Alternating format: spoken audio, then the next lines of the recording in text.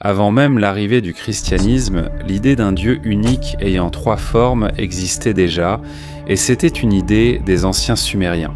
Leur histoire sur la création du monde est très sombre, très mystérieuse et un peu effrayante. Et ce qui est encore plus surprenant, c'est qu'au fil du temps, de plus en plus de preuves apparaissent, suggérant que certaines de ces idées pourraient être vraies.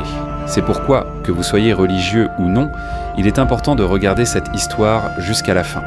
Car dans cette vidéo, nous ne reviendrons pas seulement aux tout premiers écrits enregistrés dans l'histoire, mais nous verrons aussi comment certains concepts de la science moderne concordent avec l'histoire des Sumériens. Ainsi, la science d'aujourd'hui apporte des preuves que certaines des idées ou histoires des Sumériens sont vraies. Mais avant de continuer, aimez cette vidéo. C'est très important pour nous, les créateurs de contenu. Merci beaucoup. Avant le christianisme, les gens croyaient tuer déjà en un Dieu qui avait plus d'une forme. En fait, le tout premier concept de la trifecta divine, ou des trois dieux, a commencé avec la première religion du monde, la religion sumérienne. Selon les chercheurs, leur version de la Trinité est plus ancienne de plusieurs milliers d'années avant même que le christianisme ne soit prêché. Cela signifie qu'il y a un écart de plus de 4000 ans entre eux. Malgré cela, certains disent que cette histoire est la clé de notre histoire perdue. D'autres croient donc que c'est ici que l'on peut voir la véritable forme du Créateur. Quelle que soit ta croyance, une chose est certaine ici. Cette histoire est vraiment étrange et fascinante. Et tout commence avec Namu. Namu est la première déesse dans l'histoire des Sumériens. Elle n'est pas décrite comme une personne, mais plutôt comme une mer immense. Une mer qui existait avant l'univers, avant le temps et avant la lumière. Au milieu de l'obscurité totale, Namu serait l'origine de tout. De Namu est né un être étrange, et c'est Enki. Enki n'est pas un simple dieu. Il est à la fois le ciel et la terre réunis. Le mot En signifie ciel, tandis que Enki signifie terre. C'est ici que commence l'idée des trois dieux. De Enki est né le dieu du ciel, Enlil. Le rôle d'Enlil était de séparer Enki, c'est-à-dire le ciel et la terre. Et c'est exactement ce qu'il a fait. Il a divisé Enki en deux. Anu est le dieu du ciel et Ki est la déesse de la terre. Autrefois, ils ne faisaient qu'un. Mais après ce qu'a fait Enlil, ils sont devenus trois. Le ciel, c'est le firmament et la terre. Et c'est le début de la trifecta divine. Mais l'histoire ne s'arrête pas là. Enlil et Ki ont eu un enfant. L'enfant s'appelle Enki. Enki est le dieu de l'eau. Et selon les Sumériens, il est aussi le donneur de vie et le gestionnaire de tout l'univers. C'est ainsi que la trinité sumérienne a été formée. Anu, le dieu du ciel, Enlil, le dieu de l'atmosphère, et Enki, le dieu de l'eau et de la vie. Trois forces, une seule origine. Ceci serait la première trifecta divine de l'histoire humaine. À première vue, cela ressemble juste à une histoire d'imagination, comme une invention, juste un mythe. Mais c'est ici que tout devient intéressant. Parce que si tu compares cela à la science moderne, il y a des parties de l'histoire qui correspondent de façon surprenante. Anu, le dieu du ciel, est décrit comme la source unique et entière de toute la création. En science, il existe un concept similaire, et c'est la théorie du Big Bang. Selon cette théorie, l'univers a commencé à partir d'un point extrêmement petit et dense, et ils appellent cela la singularité. Un point encore plus petit qu'un atome, c'est de là que tout est venu. Le temps, l'espace, l'énergie et la vie. Quand tu regardes cela, la naissance d'Enki depuis la mer primordiale de Namu ressemble à une métaphore de la naissance de l'univers à partir du néant. La science ne dit pas que les Sumériens ont raison, et la religion ne dit pas non plus que la science a tort. Mais la question est la suivante, comment ont-ils pu concevoir une telle idée des milliers de fois, bien avant l'invention de la science moderne ? Et ce n'est qu'ici que commence la partie la plus effrayante de l'histoire. Un autre détail intéressant dans l'histoire des Sumériens. La première créature à être apparue d'Enki, ou de ce que nous appelons la singularité, était Enlil, le dieu du ciel. Et c'est ici que la connexion avec la science devient étrange. En science moderne, qu'est-ce qui est apparu en premier après le Big Bang ? Bien sûr, le gaz. Au cours du premier milliard d'années de l'univers, il n'y avait presque que du gaz. Il n'y avait pas encore de planètes, pas encore d'étoiles, pas encore de forme solide. Si tu y réfléchis, c'est presque exactement l'équivalent de l'idée du dieu du ciel Enlil. Une force intermédiaire, ni encore solide, ni encore terre, ni encore ciel. Maintenant, qu'a fait Enlil dans l'histoire des Sumériens? En fait, il a séparé le ciel et la terre qui étaient unis. D'un seul, il en a fait deux. Anu, le dieu du ciel, le ciel. Et qui, la déesse de la terre? Cela ressemble à une histoire simple, mais regardons la science. Après environ 1 milliard d'années, la poussière a commencé à se séparer de l'espace. Avec l'aide de la gravité, elle s'est rassemblée et a formé des étoiles, des planètes et des galaxies. En d'autres termes, l'espace et les objets solides se sont séparés, comme le ciel et la terre, comme Anu et Ki. Mais il est important de se rappeler que la Trinité n'est pas encore formée ici. Pour passer à l'étape suivante, la vie doit encore apparaître. Mais comment la vie est-elle apparue? Et c'est ici qu'on dit que le dieu du ciel et la déesse de la terre se sont unis. En langage scientifique, voici ce qui s'est passé. Les gaz comme l'hydrogène, l'oxygène et l'azote ont réagi avec les éléments solides les plus abondants sur Terre, et le résultat de cette réaction, c'est le carbone. De cette combinaison sont nés les éléments de base de la vie. Et où la vie a-t-elle commencé? Bien sûr, dans l'eau, ce n'est pas une exception. Le président Enki, le dieu de la vie, est principalement décrit comme le dieu de l'eau. Selon l'histoire, Enki a utilisé l'eau pour commencer la vie sur Terre. Il aurait pris de l'eau à Namu, la mer primordiale, et à partir de là, il a créé 2 fleuves, le Tigre et l'Euphrate. Ces fleuves sont devenus le centre de la civilisation sumérienne. Il a enrichi la terre autour des fleuves et a introduit les animaux. Et peu à peu, un monde vivant s'est formé. Bientôt, de nombreux dieux et déesses parcouraient le monde. Et ils avaient en tous une seule origine, la trinité sumérienne. Anu, dieu du ciel, Enlil, dieu de l'atmosphère, et Enki, dieu de l'eau et de la vie elle-même. Après cela, l'histoire est devenue encore plus littérale, passant à la création des choses dans le ciel. Dans l'histoire, Enlil, le dieu de l'atmosphère, s'est de nouveau uni à la déesse du vent. Et de cette union, la lune est née. C'est ici que la correspondance avec la science devient encore plus particulière. Dans l'histoire des Sumériens, Enlil s'est uni à une déesse nommée Ninlil. Ils sont tous deux descendus dans le monde souterrain, traversant des épreuves et des sacrifices. Et à la fin, ils sont revenus à la surface, donnant naissance à la lune qui est montée au ciel et a pris sa place dans la voûte céleste. Maintenant, écoutons ce que dit la science moderne. Selon les recherches les plus récentes, notre lune s'est formée lorsque la Terre a été percutée par une planète de la taille de Mars. Lors de cette collision, des débris et de la poussière ont été projetés de la Terre, piégés dans l'orbite de la planète, et se sont finalement rassemblés pour former la Lune. Imagine cela. Des milliers d'années avant que la science ne découvre que la Lune provient de la poussière terrestre, l'histoire des Sumériens disait que le dieu de la Lune venait de la Terre avant de prendre place dans le ciel. Même si tu ne crois pas que les Sumériens avaient une science avancée, il est difficile de ne pas admirer leur intuition. Ils ne pensaient pas qu'ils étaient le centre de l'univers. Ils ne pensaient pas non plus que la Terre était séparée du ciel. Nous sous-estimons souvent les cultures anciennes, nous les appelons primitives ou archaïques. Mais il semble que nous soyons nous-mêmes en retard en matière de connaissances, lorsqu'il s'agit de comprendre à quel point l'univers est vaste. Et peut-être qu'ils en savaient plus que ce que nous pensons. Et selon la religion sumérienne, tout n'a pas commencé avec la création de l'univers. Avant même la création de l'humanité, c'est le dieu de la lune qui aurait été le premier à prendre place dans le ciel. Lorsque cela s'est produit, le monde était enfin prêt pour la création de l'homme. C'est là que l'histoire devient sombre. Dans la plupart des religions que nous connaissons aujourd'hui, l'homme a été créé comme un être spécial. Selon différentes croyances, l'homme aurait été créé à l'image de Dieu et doté du pouvoir de gouverner le monde. Mais dans l'histoire des Sumériens, il en est autrement pour l'homme. Selon eux, l'homme a été créé non pas parce qu'il était important, mais parce que les dieux étaient fatigués des travaux pénibles. À l'époque, tous les travaux difficiles, comme creuser des canaux, l'exploitation minière et l'agriculture, étaient effectués par les dieux inférieurs appelés Aji. Quant aux dieux principaux, ils étaient appelés Anunnaki, des dieux issus d'Anu, le dieu du ciel. Au sommet se trouvait la Trinité, Anu, Enlil et Enlil. Sous eux se trouvaient les Anunnaki, et tout en bas, les Aji qui faisaient tous les travaux sales. Pendant environ 3600 ans, les Aji n'ont pas protesté. Mais il est arrivé un moment où ils en ont eu assez. Les Aji se sont révoltés. ils ont pris le contrôle des mines où ils travaillaient. Ils ont cessé d'obéir, mais à la fin, ils ont quand même été vaincus par les Anunnaki. Certains dieux voulaient en faire exécuter les Adji comme punition, mais Anu, le vieux dieu de la Trinité, a décidé de leur pardonner. Ils ont dit qu'ils ne les renverront plus au travail, mais il y avait un problème, quelqu'un devait faire le travail.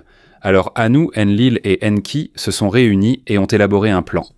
Ce n'était pas pour libérer le monde, mais pour créer un nouveau type d'être, une espèce dont le seul but serait de servir, une race qui naîtrait pour travailler pour les dieux. Et cette espèce, c'est l'homme. Comparé aux religions modernes, cette vision est extrêmement cruelle. Aujourd'hui, l'homme est considéré comme l'héritier du monde. Mais selon la croyance des Sumériens, l'homme n'est rien d'autre qu'un esclave des dieux qui se moque de sa souffrance. Et si tu trouves cela déjà sombre, la façon dont le premier homme a été créé est encore plus inquiétante. Selon l'histoire, Anu, Enlil et Enki ont sacrifié un dieu nommé Gishtowi, le dieu de la sagesse. Sa chair et son sang ont été mélangés à de l'argile. Ensuite, et oui, c'est vraiment ainsi que l'histoire se passe, tous les dieux ont craché dans ce mélange. C'est un peu gênant à entendre, mais c'est exactement ce qui est écrit dans les anciens textes. Enki a amené le dieu de la vie, presque dans ce qu'on appelle la salle du destin. Avec lui se trouvait Ninu, la déesse de l'utérus. Son rôle était de prononcer des paroles magiques sur le mélange d'argile pendant longtemps. Pendant que l'argile durcissait, Ninu l'a divisée en 14 morceaux. 7 ont été placés à droite pour devenir des hommes. 7 ont été placés à gauche pour devenir des femmes. Après cela, Ninu a introduit les morceaux dans son propre corps. Comme elle est la déesse de l'utérus, elle est tombée enceinte. Et après 9 mois, elle a donné naissance aux 14 premiers humains. Mais ce qui est le plus remarquable, c'est ceci. Les Sumériens appelaient entre eux ces premiers humains Adamu. Ça vous dit quelque chose ? Ça ressemble beaucoup à Adam, le premier homme, dans la Bible. Mais il y a une grande différence. Dans l'histoire des Sumériens, la création d'Adamu était un projet collectif des dieux. Ce n'était pas l'œuvre d'un seul dieu. Ce n'était pas non plus par amour, mais à cause d'un besoin fondamental de main-d'œuvre. Dans les textes sumériens, il est clair que les dieux considéraient les humains comme des jouets ou des possessions. Et il n'y a pas de preuve plus claire de cela qu'un événement connu sous le nom de Pari d'Enki. Et ici, l'histoire devient encore plus sombre.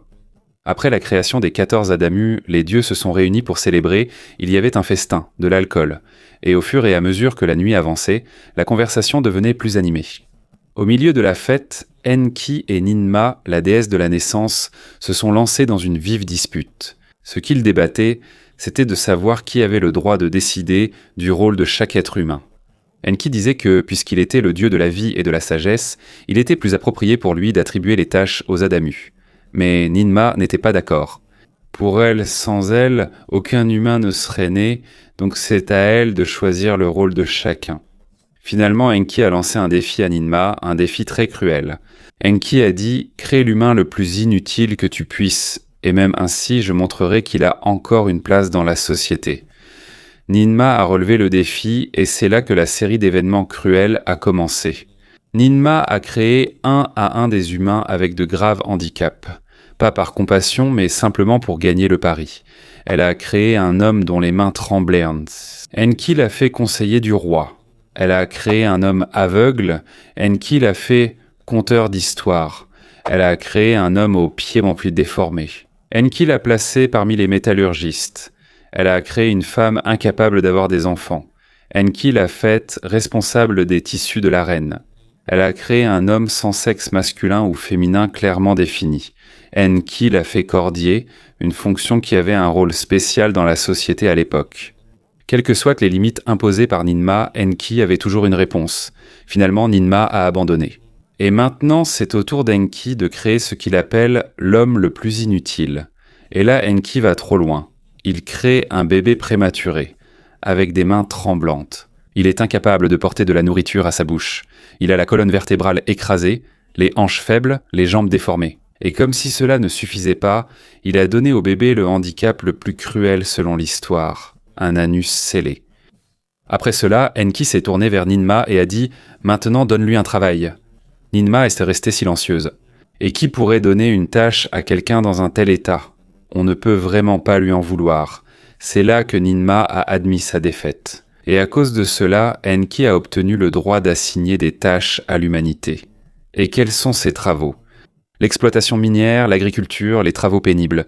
Si tu remarques bien, il n'y a aucune romance. Dans le récit de la création de l'homme dans la mythologie sumérienne, il est très clair que pour la trinité divine, Anu, Enki et Enlil, l'homme a été créé comme une espèce d'esclave.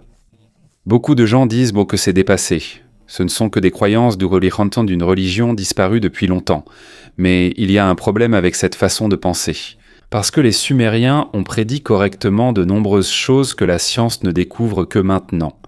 Comme l'idée que l'univers est né d'un seul point, que la Lune s'est formée à partir de la poussière de la Terre, que la vie a commencé dans l'eau et que les animaux existaient avant l'homme. Si tout cela est vrai, même sous forme de métaphore, et si la création de l'homme et son rôle étaient aussi une métaphore d'une vérité plus profonde.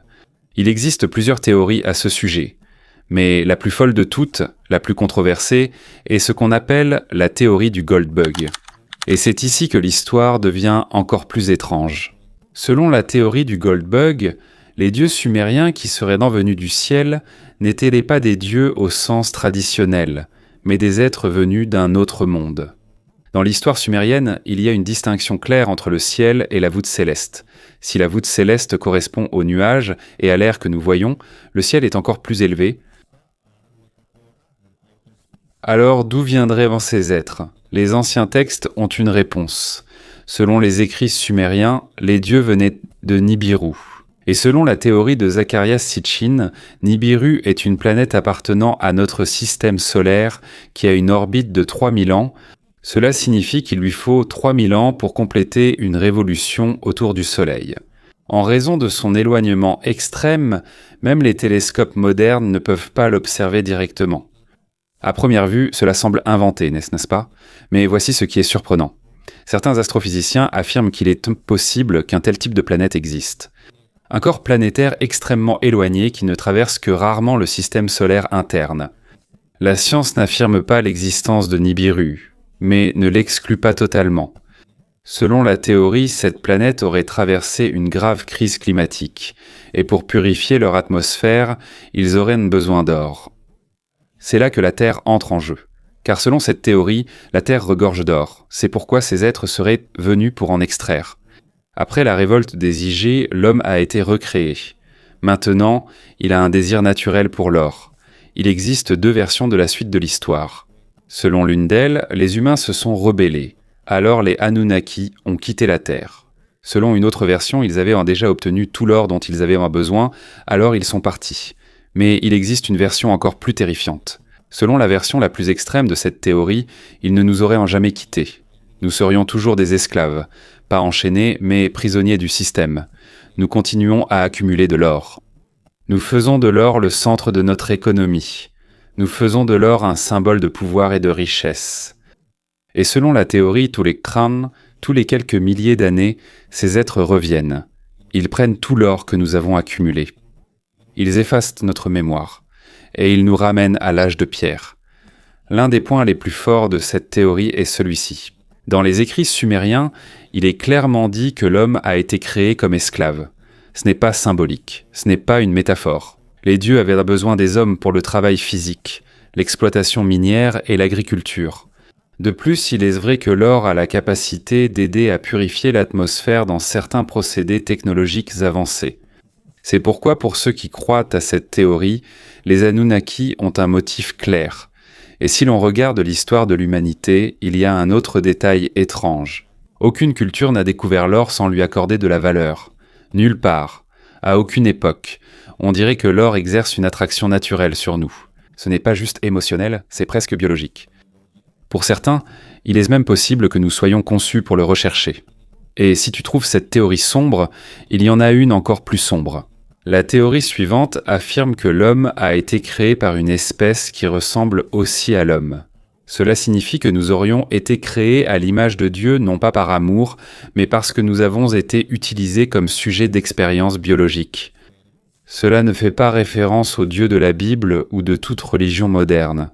Pour ceux qui y croient, il parle des Anunnaki des Sumériens. Et si tu reviens à l'histoire du pari d'Enki, il est facile de voir pourquoi.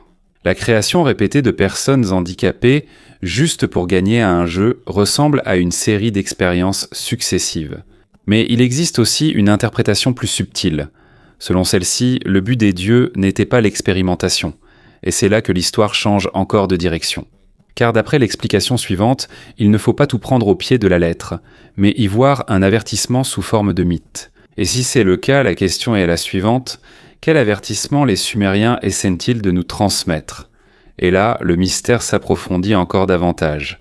Selon la version plus modérée de cette théorie, nous n'aurions pas été créés pour être manipulés ou tourmentés, mais plutôt pour être observés de loin. Si tu y réfléchis, de nombreuses religions pratiquées jusqu'à aujourd'hui admettent qu'il y a quelqu'un qui nous observe. Dieu, les anges ou des êtres que nous ne pouvons pas voir.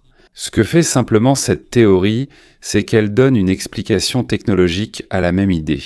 Nous ne sommes pas seulement observés, mais aussi surveillés par la collecte de données. Et puisqu'on parle de technologie, il y a une autre théorie qui est celle à préférer de nombreux scientifiques et penseurs, la théorie de la simulation. L'idée ici est simple mais folle. Il est possible que nous vivions à l'intérieur d'une simulation informatique.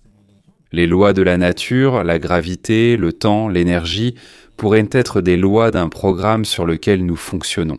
Il existe deux principales versions de la théorie de la simulation. Dans la première, nous serions des êtres physiques connectés à une sorte de réalité virtuelle. Dans la seconde, c'est encore plus extrême. On dit que nous ne sommes que des logiciels conçus pour ressentir que nous avons un corps physique.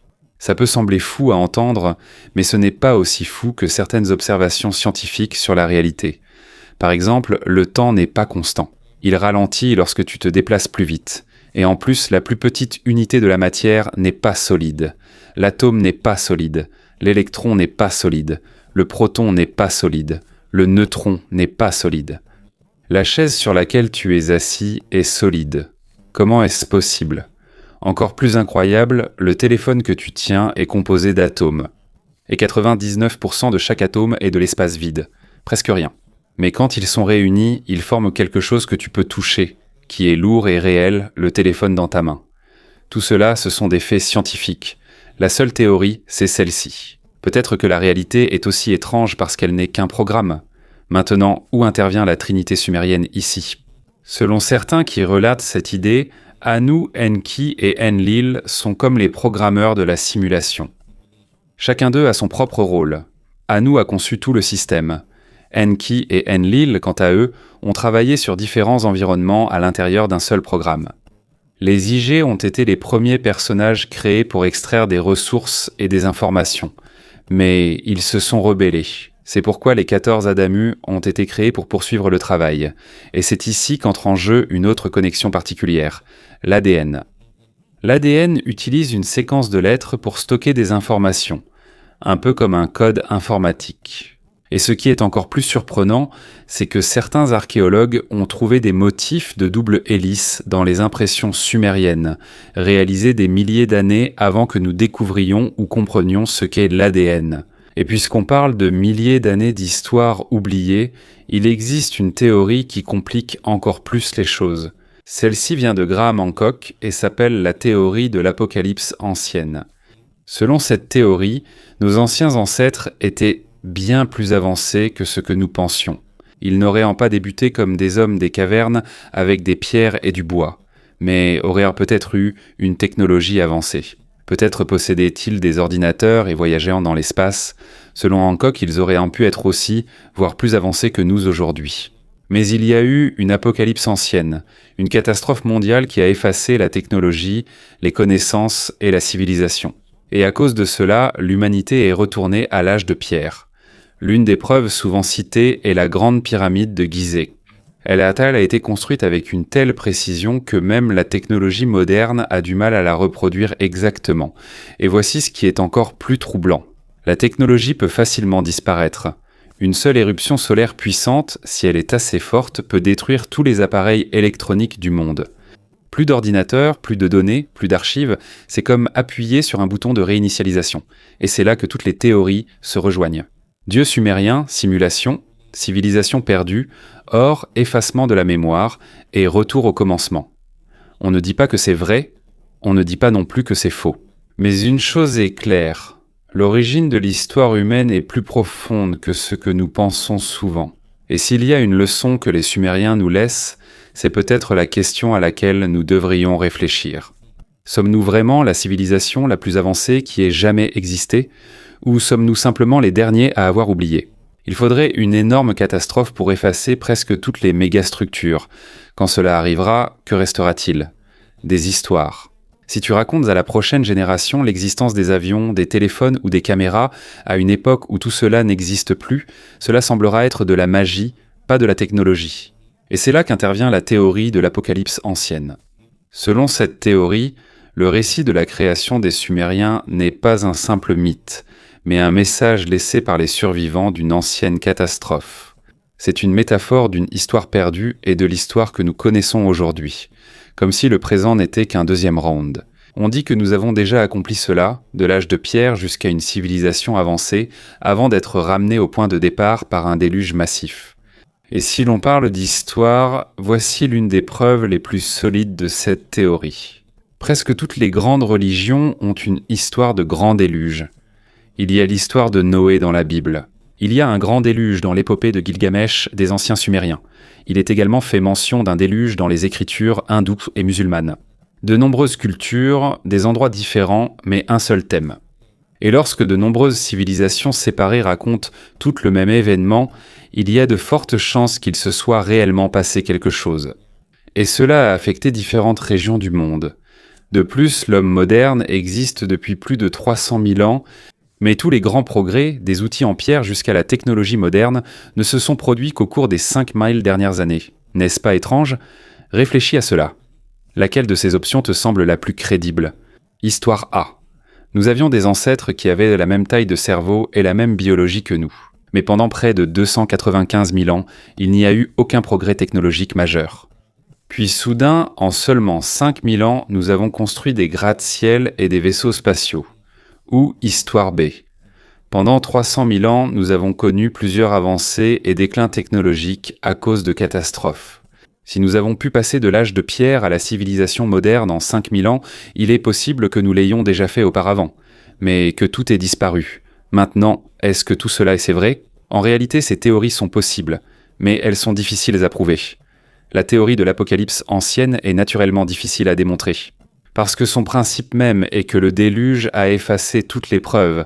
Oui, les pyramides sont impressionnantes. Cela ne signifie pas que leurs constructeurs avaient des ordinateurs portables ou des logiciels d'ingénierie. Ce n'est pas parce que nous ne pouvons pas complètement expliquer une structure que cela signifie qu'ils étaient aussi avancés que nous le sommes aujourd'hui.